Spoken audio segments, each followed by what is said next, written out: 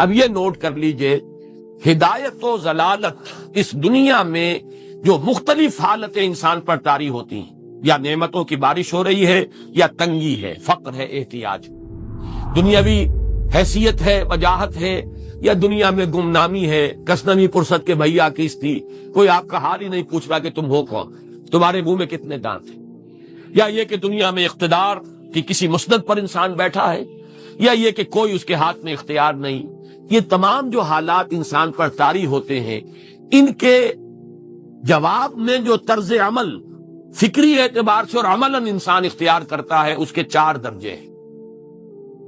پہلا درجہ ہے انتہائی گمراہی، ضل ضلالا بعیدا۔ وہ کیا ہے؟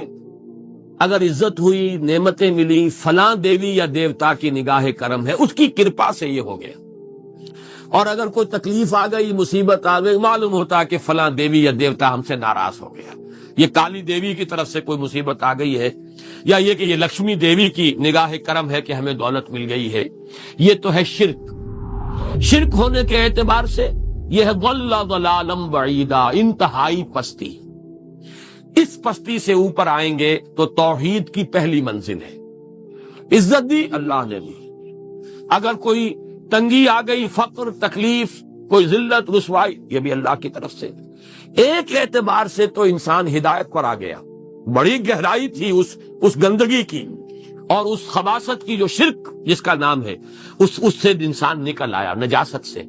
توحید تو ہے، لیکن ابھی اس میں اس کی گمراہی کا ایک ایلیمنٹ شامل ہے، اور یہ گمراہی سے جب تک آگے نہیں آئے گا، اوپر نہیں ابھرے گا، اس کا طرز عمل کیا ہوگا کہ ذرا کچھ مل گیا، عزت مل گئی، پھولے نہیں سما رہے، اب زمین پر قدم نہیں ٹک رہے، گردن اکڑ رہی، کہیں محرومی ہو گئی، کوئی تکلیف آ گئی، کوئی مشقت، فقر آ گیا، اب بجھ کر رہ گئے۔ ان دونوں کیفیات میں انسان کا پینڈولم جو ہے وہ ایکسٹریم کو جائے گا۔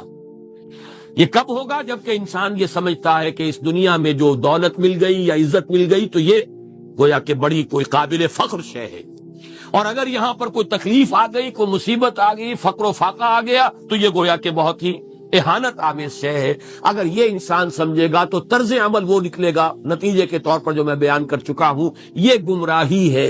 اس گمراہی سے نکلیں گے تو آپ کس مقام پر آئے؟ دوسری منزل ہدایت کی کیا ہے؟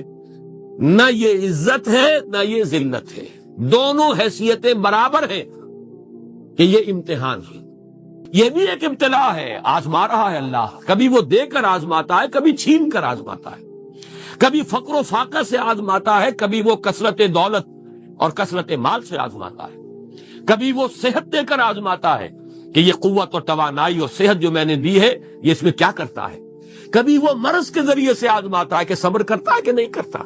ہمارے لیے شکوہ اور شکایت تو اس کی زبان پر نہیں آ جاتی، نالا اور شیون تو نہیں آ جاتا، تکلیف جھیلتا ہے کہ نہیں جھیلتا، اس میں تحمل ہے کہ نہیں ہے، تو صبر کرتا ہے یا شکر کرتا ہے۔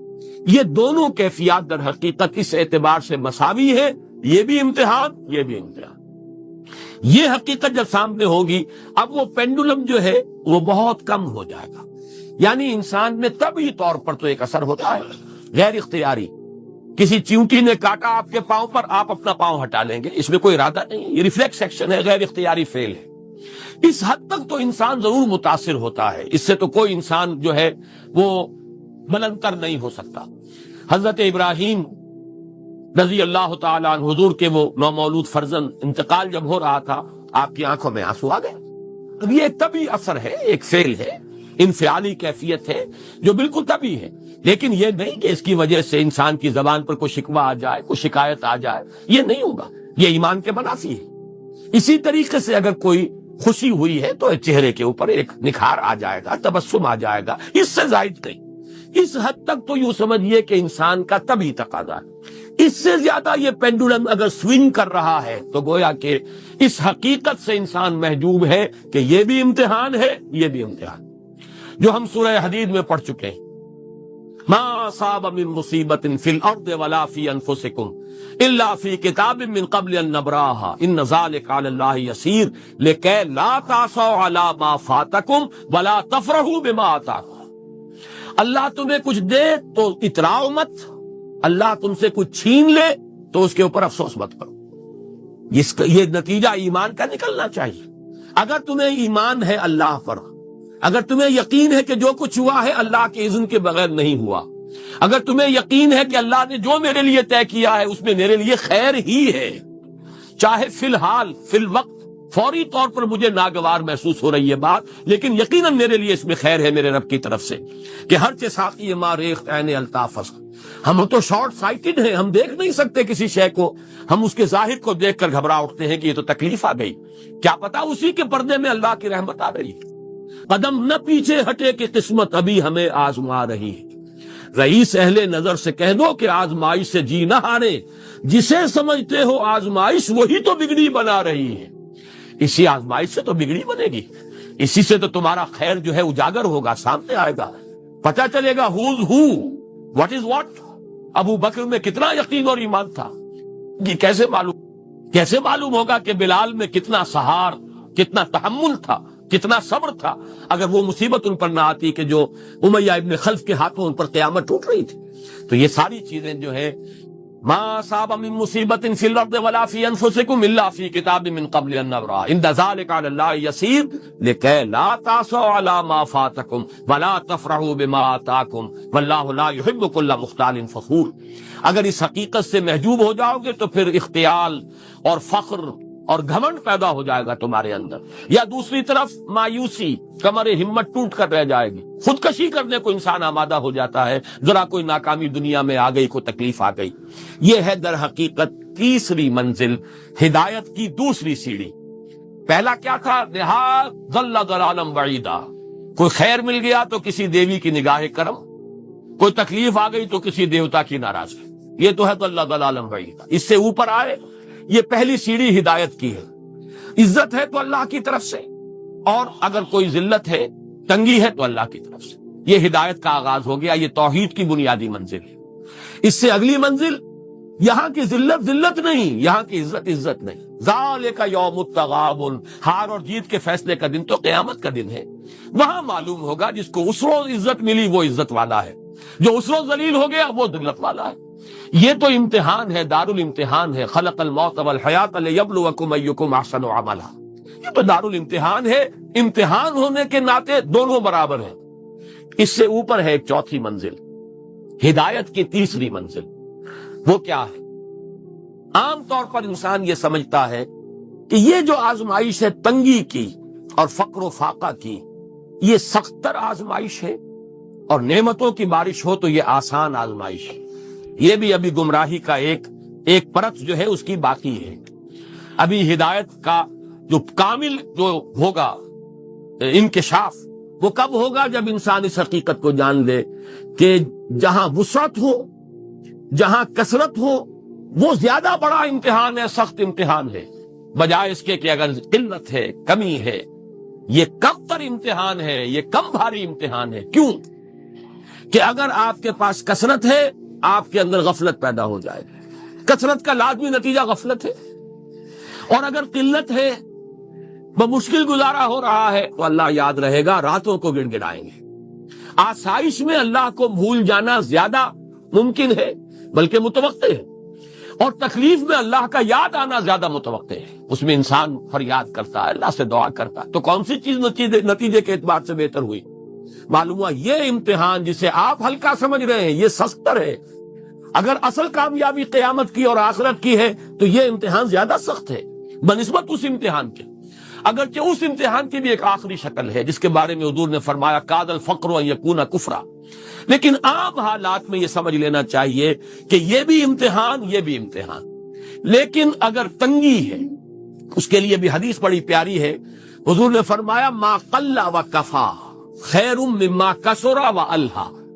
اگر کم ہو لیکن کفایت کر جائے، ضرورت پوری ہو گئی، پیٹ کو جتنا درکار تھا جسم اور جان کا رشتہ برقرار رکھنے کے لیے اتنا مل گیا، نہیں کوئی کئی کورسز کے ڈنر کھائے ہیں، نہیں کوئی اس کے اندر جو ہے لذت ہے، لیکن یہ کہ بنیادی ضرورت پوری ہو گئی. کہ دارالخلافہ سے اشرفیوں کی ایک تھیلی لے کر ایک شخص آتا ہے کہ یہ خلیفہ نے آپ کو ہدیہ بھیجا ہے، نذرانہ ہے. اس پر رو پڑے اور یہ عرض کیا بارگاہ خداوندی میں، پروردگار میں اس آزمائش کے قابل نہیں ہوں. یہ آزمائش کہیں سخت ہے، یہ سنہری آزمائش، پہلی آزمائش اس کو ریزسٹ کرنا جو ہے، ٹیمپٹیشن کو ریزسٹ کرنا، یہ کہیں مشکل ہے اس پرسیکیوشن اور اس تشدد کو برداشت کرنے سے۔ تو یہ خاص طور پر یہ نمایاں نشان ذہن میں رکھیے، ان آیات میں کہ جو نہایت اہم ہے یہ دو آیتیں قرآن مجید کی، بظاہر سوال آتا ہے کہ اس میں حرج کی کون سی بات ہے؟ اللہ تعالیٰ معز ہے، اللہ تعالیٰ مذل ہے، تعز من تشاء وتذل من تشاء بیدک الخیر، یہ سورہ آل عمران میں آیت آئی کہ نہیں آئی؟ لیکن یہ کہ اصل میں یہ 4 درجے ذہن میں رہنے چاہیے۔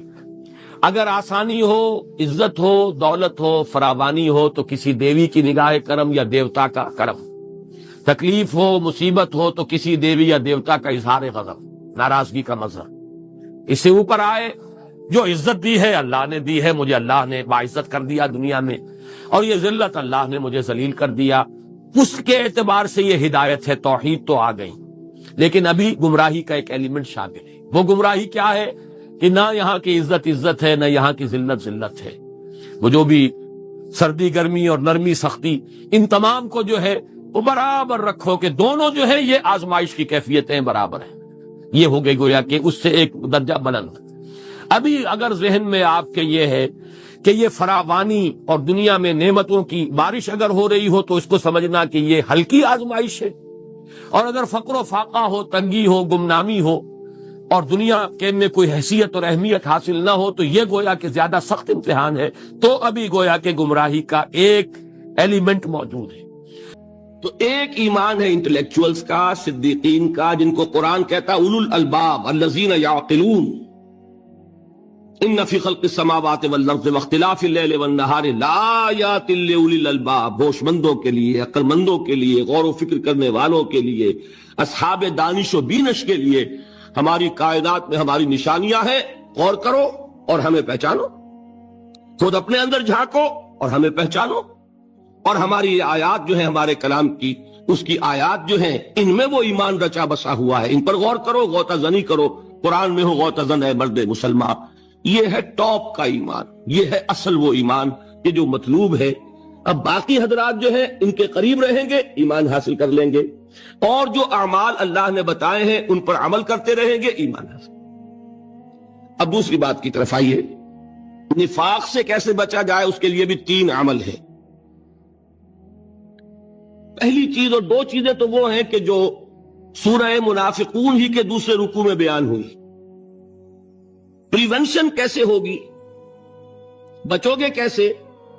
دوام ذکر، اللہ کو یاد رکھو۔ یا ایھا الذین آمنوا لا تلہکم اموالکم ولا اولادکم عن ذکر اللہ ومن یفعل ذلک فاولئک هم الخاسرون۔ دل کو غفلت میں مت آنے دو، دل غافل ہوگا شیطان کا ڈیرا بن جائے گا۔ وہ دوام ذکر میں، البتہ یہ ذہن میں رکھیے کہ دوام ذکر کا ذریعہ کیا ہے، اس میں مغالتے ہیں لوگوں کو۔ جو سب سے بڑا ذکر ہے اس کو بھولے ہوئے ہیں، اور جو تیسرے چوتھے نمبر کا ذکر ہے اس کو سمجھ بیٹھے ہیں کہ بس یہی ذکر ہے۔ سب سے بڑا ذکر، مجسم ذکر قرآن ہے۔ الذکر انا نحن نزلنا الذکر وانا لہ لحافظون۔ وہ الذکر کون سا ہے؟ قرآن۔ اسی کو فرمایا، میں نے وہ آیت سنائی تھی کہ لوگ تنزیہ کہتے تھے، یا ایھا الذی نزل علیہ الذکر انک لمجنون۔ حضور سے مخاطب ہوا کہتے ہیں فلاں جس کے اوپر کے اس کے خیال کے مطابق ذکر نازل ہوا ہے، ہم تو تمہیں پاگل سمجھتے ہیں۔ وہاں بھی لفظ کیا ہے؟ الذکر۔ معلوم کیا ہوا؟ انا انزلنا الیک الذکر لتبین للناس ما نزل الیہم، یہ الذکر ہے۔ تو اس سے بڑا ذکر کوئی نہیں۔ تلاوت قرآن، تدبر قرآن، غور و فکر قرآن کا، قرآن کو یاد کرنا۔ اس پر میرا کتاب چاہے مسلمانوں پر قرآن مجید کے حقوق، اب تو یہاں شاید کوئی کتاب موجود نہیں رہی ہے، اگر آپ کو ضرورت ہوتی ہے پاکستان سے منگا لیتے ہیں ہر شے، پڑھیے انشاءاللہ آ جائے گی چیزیں۔ نمبر 2 ذکر کیا ہے؟ اقیم الصلاۃ لذکری، نماز کو قائم کرو میری یاد کے لیے۔ یہ ذریعہ ذکر میں، وہ تو ہے ہی مجسم ذکر، اور یہ ذریعہ ذکر میں سب سے اہم ہے۔ یہ عملی ذکر بھی ہو رہا ہے اور قولی بھی ہو رہا ہے۔ سورہ فاتحہ پڑھی آپ نے، قرآن شریف کی کچھ آیات پڑھی، پھر رکوع کیا۔ یہ رکوع جو ہے یہ آپ کا عملی ذکر ہے کہ آپ نے اپنے وجود سے اللہ کی عظمت کو تسلیم کیا۔ پھر آپ سجدے میں گرے، یہ آپ کا عملی ذکر ہے کہ اپنے وجود سے آپ نے اللہ کی عظمت کو اور تسلیم کیا۔ تیسری چیز ہے مسنون دعائیں اور مسنون اذکار جو حضور سے ثابت۔ ہمارے ہاں کیا ہو گیا، مجھے فلاں بزرگ نے یہ چیز بتائی ہے، وہ تو پڑھتے چلے جا رہے ہیں، نہ قرآن سے دلچسپی نہ اذکار مسنونہ سے دلچسپی، ادعیہ معصورہ۔ آپ غور کریں گے کہ زندگی کے ہر عمل کے لیے حضور کی دعا موجود ہے۔ صبح اٹھے دعا ہے، آنکھ کھلتے ہی بیت الخلاء میں داخل ہونے لگے دعا ہے، نکلے دعا ہے، وضو کرنے بیٹھے دعا ہے، فارغ ہوئے دعا ہے، مسجد کے لیے گھر سے نکلے دعا ہے، مسجد میں داخل ہوئے دعا ہے، مسجد میں تو ہے ہی ذکر، نماز ہے، تلاوت ہے، باہر نکلے دعا ہے، گھر میں داخل ہونے لگے پھر دعا ہے، سواری پر سوار ہو رہے ہیں دعا ہے، اتر رہے ہیں دعا ہے، شیشہ دیکھ رہے ہیں دعا ہے، کپڑے پہن رہے ہیں دعا۔ زندگی کا کوئی عمل نہیں یہاں تک کہ جو تعلق زن و شو ہے، جس کو کہ خالص حیوانی بات سمجھا جائے گا، اس کے لیے بھی دعا ہے۔ غفلت میں وہ کام بھی نہیں کرتا، سمجھ رہے ہیں آپ؟ اب آپ غور کیجئے، اس میں کوئی اضافی وقت نہیں لگا، اضافی پوسچر اختیار نہیں کیا، آپ نے یوں بیٹھو، اس طرح بیٹھو، یوں کرو، کوئی آپ کا وقت اضافی نہیں لگا، جو کام کر رہے ہیں اور آپ اللہ کو یاد کر رہے ہیں۔ وہ اللہ کی یاد اس کام کی مناسبت سے ہے۔ ان ادعیہ معصورہ سے دو تعلق جڑ گئے انسان کے۔ دعا کس سے کر رہے ہیں؟ اللہ سے، جڑا کہ نہیں؟ اور یہ الفاظ کس کے ہیں؟ محمد رسول اللہ کے۔ تو آپ کے دو تعلق جڑ گئے۔ آپ اپنی جی سے گھڑ کر دعا مانگیں گے تو پہلا تعلق تو ہو جائے گا، دوسرا نہیں ہوگا۔ بہتر سے بہتر دعا مانگ لیں آپ، لیکن حضور سے جو معصور اور مسنون الفاظ جب آپ زبان سے نکالتے ہیں تو آپ کا تعلق اللہ سے بھی ہوا بذریعہ دعا، اور وہ الفاظ چونکہ حضور کے ہیں صلی اللہ علیہ وسلم تو حضور کے ساتھ ہوا۔ یہ تیسرا درجہ ہے۔ اور ایک اور چیز ہے جو بہت اہم ہے، بہت ہی شعوری طور پر اس کا اہتمام کیجئے۔ جس وقت دین کے کسی فرض کی انسان کو سمجھ آ جائے، اس کا شعور پیدا ہو جائے، پھر ڈیلے نہ ہو۔ ذرا سا ڈیلے جو ہے اس پر عمل کرنے میں، یہ در حقیقت نفاق کو جڑ پکڑنے کا موقع دینا ہے۔ امیڈیٹ ایکشن، ایک بات سمجھ میں آ گئی، فوراً عمل کرو۔ اس میں شیطان کیا کرتا ہے؟ ذرا ٹھہر جاؤ، ابھی دیکھو یہ فرض ہے، یہ ذمہ داریاں ہیں، یہ کرنا ہے، اور پھر لگا دینا اپنے آپ کو۔ بہت سے لوگ کہتے ہیں بس ریٹائرمنٹ کے بعد تو سارا میں دین کے لیے وقت کر دوں گا۔ اول تو خدا کے بندے تمہارے اندر رہ کیا جائے گا ریٹائرمنٹ کے بعد؟ سارا تو کھپ چکو گے، رہ کیا جائے گا؟ دوسرے یہ کہ یہ بھی جان لیجئے کہ کار دنیا کسے تمام نہ کر، ریٹائرمنٹ کے بعد کون فارغ ہو جاتا ہے؟ بیٹوں بیٹیوں سے فارغ ہوئے تو پوتے پوتیاں موجود ہیں، نواسے نواسیاں موجود ہیں، کبھی بھی وہ بوجھ ختم نہیں ہوتا زندگی کا۔ وہ تو یہ کہ آج بات سمجھ میں آئی ہے تو آج عمل ہونا چاہیے۔ قرآن مجید میں سورہ انعام میں بڑی شدید وعید آئی ہے، الفاظ ہیں یہ، وَنُقَلِّبُ أَفْئِدَتَهُمْ وَأَبْصَارَهُمْ كَمَا لَمْ يُؤْمِنُوا بِهِ أَوَّلَ مَرَّةٍ۔ انسان پر ایک حقیقت انکشاف ہوا کہ یہ بات حق ہے، فوراً تسلیم کرے۔ کسی مصلحت کی وجہ سے، کسی بزدلی کی وجہ سے، کسی لالچ کی وجہ سے، کسی اپنی سیادت یا قیادت کی وجہ سے کیسے مان لوں؟ لوگ کہیں گے کہ یہ نیچے ہو گیا، وہ اونچا ہو گیا جس کی بات مانی، کسی وجہ سے رک گئے تو اللہ تعالیٰ اندر سے وہ جو استعداد ہے حق کو پہچاننے کی وہ سلب کر لیتا۔ وَنُقَلِّبُ أَفْئِدَتَهُمْ وَأَبْصَارَهُمْ، ہم الٹ دیں گے ان کے دلوں کو بھی اور ان کی آنکھوں کو بھی۔ کیوں؟ كَمَا لَمْ يُؤْمِنُوا بِهِ أَوَّلَ مَرَّةٍ، اس لیے کہ وہ پہلی مرتبہ جب انکشاف حق ہوا ہے وہ ایمان نہیں لائے۔ اس کا میں ایک واقعہ آپ کو سنانا چاہتا ہوں کہ کس طرح صحابہ کرام پر بھی وقتی طور پر یہ واقعہ اگر صحابہ کرام کا نہ ہوتا تو یہ حقائق سمجھ میں نہ آتے۔ غزوہ تبوک کے موقع پر یہ میں جملہ انکمپلیٹ رہ گیا، ضعف ایمان کا حملہ ہو جاتا تھا۔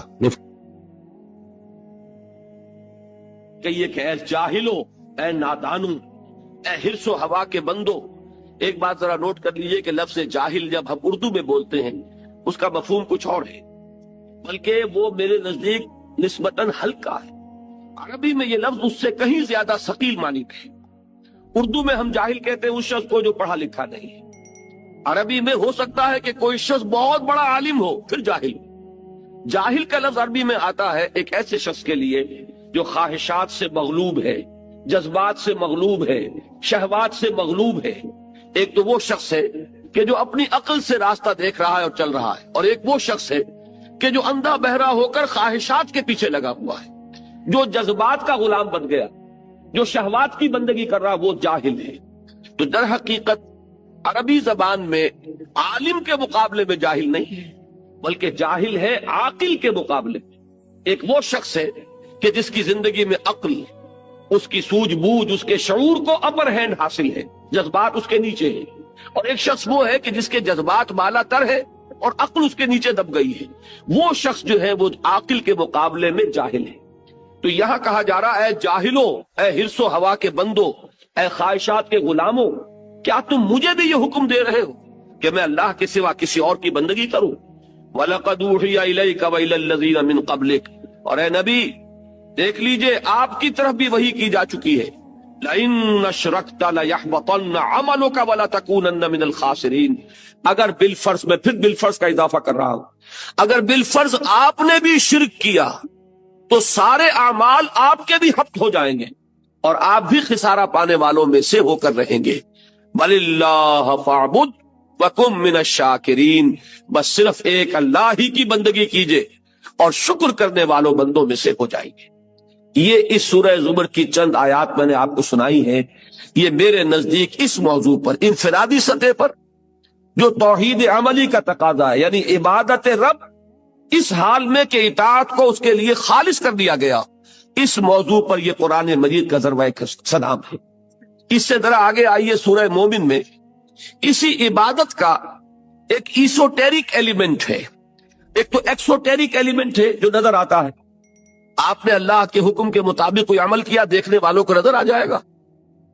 آپ نے کوئی اور کسی چیز سے احتراز کیا، بچے اس لیے کہ وہ حرام ہے، لوگوں کو معلوم ہو جائے گا۔ آپ کسی محفل میں ہیں جس میں شراب نوشی ہو رہی ہے، ہمارے بہت سے لوگوں کو اس کا تجربہ ہوتا ہے، باہر جاتے ہیں، کوئی ایسی پارٹی ہے کہ وہاں شراب سرو ہو رہی ہے اور آپ نہیں پی رہے، تو لوگ اب آپ سے پوچھتے ہیں کہ آپ کیوں نہیں پی رہے، کیا وجہ ہے، اور آپ کہتے ہیں کہ یہ ہمارے دین میں حرام ہے۔ یہ گویا کہ ایک ظاہری عمل ہو گیا، آپ کی بندگی کا ظہور ہوا، اس کا اظہار ہوا۔ ایک اسی بندگی کا ایسوٹیرک ایلیمنٹ ہے جو اندر ہی اندر ہوتا ہے، وہ ہے اللہ سے دعا۔ اور اصل میں دعا جان لیجئے، ایک دعا تو ہے جو ہم کرتے ہیں ہاتھ اٹھا کر اور مانگتے ہیں، پھر وہ دعا جو باجماعت ہوتی ہے، یہ تو ظاہری ایک دعا عمل ہے جو نظر آ گیا۔ اصل دعا وہ ہے تضرعا وخیفہ، وہ جو انسان دون الجہر من القول، زبان ہلائے بغیر دل ہی دل میں جو اللہ کو وہ پکار رہا ہوتا ہے، اللہ سے استدعا کرتا ہے، اللہ سے ہم کلام ہوتا ہے، اللہ کے سامنے اپنی خطاؤں کا اقرار کرتا ہے۔ یہ جو اندر ہی اندر کی سرگوشی ہے، اس کو حضور صلی اللہ علیہ وسلم نے عبادت کا لب لباب اور عبادت کا جوہر قرار دیا۔ فرمایا الدعاء هو العبادہ، الدعاء مخ العبادہ، دعا ہی تو عبادت کا جوہر ہے۔ یہ دعا ہی تو اصل میں، مخ کہتے ہیں عربی زبان میں ہڈی کا جو گودا ہوتا ہے اس کو، اصل میں جو گودا ہے اس کا جو جوہر ہے وہ در حقیقت دعا ہے۔ تو اب اسی توحید عملی کا ایک دوسرا تقاضا یہ ہوگا کہ کبھی بھی انسان اللہ کے سوا کسی اور کو نہ پکارے، اور نمبر دو یہ کہ اس کا یہ پکارنا جو ہے، دعا کرنا جو ہے اپنے پروردگار سے، یہ بھی مخلصین لہ الدین، اس کے لیے اپنی اطاعت کو خالص کرتے ہوئے، اس لیے کہ اگر آپ اطاعت میں شرک کر رہے ہیں تو اللہ سے دعا کرنے کا منہ ہی نہیں ہے۔ کس منہ سے اللہ کو پکار رہے ہیں جبکہ آپ نے اللہ تعالیٰ کے ساتھ وہ توحید فی العبادت کا تقاضا پورا نہیں کیا؟ آپ اللہ کے ساتھ اور ہستیوں کی بھی پوجا کر رہے ہیں، آپ نے اللہ کے ساتھ کچھ اور ہستیوں کو بھی مطاع بنایا ہوا ہے، اور تو کیا آپ نے نفس کو مطاع بنایا ہوا ہے، آپ نے دولت کو محبوب بنایا ہوا ہے اللہ سے بڑھ کر، تو کیا منہ ہے آپ کا کہ آپ اللہ سے ہم کلام ہو؟ لہذا در حقیقت یہ اندر کی جو اصل دعا ہے یہ وہی شخص کر سکے گا، اور اسی کا دل لگے گا اس میں کہ جو اپنی جگہ پر یہ احساس رکھتا ہو کہ میں نے اللہ کی بندگی کی ہے خالصتاً، اسی کی بندگی تمام بندگیوں سے آزاد ہو کر، تبھی اللہ سے دعا انسان صحیح معنی میں کرتا ہے۔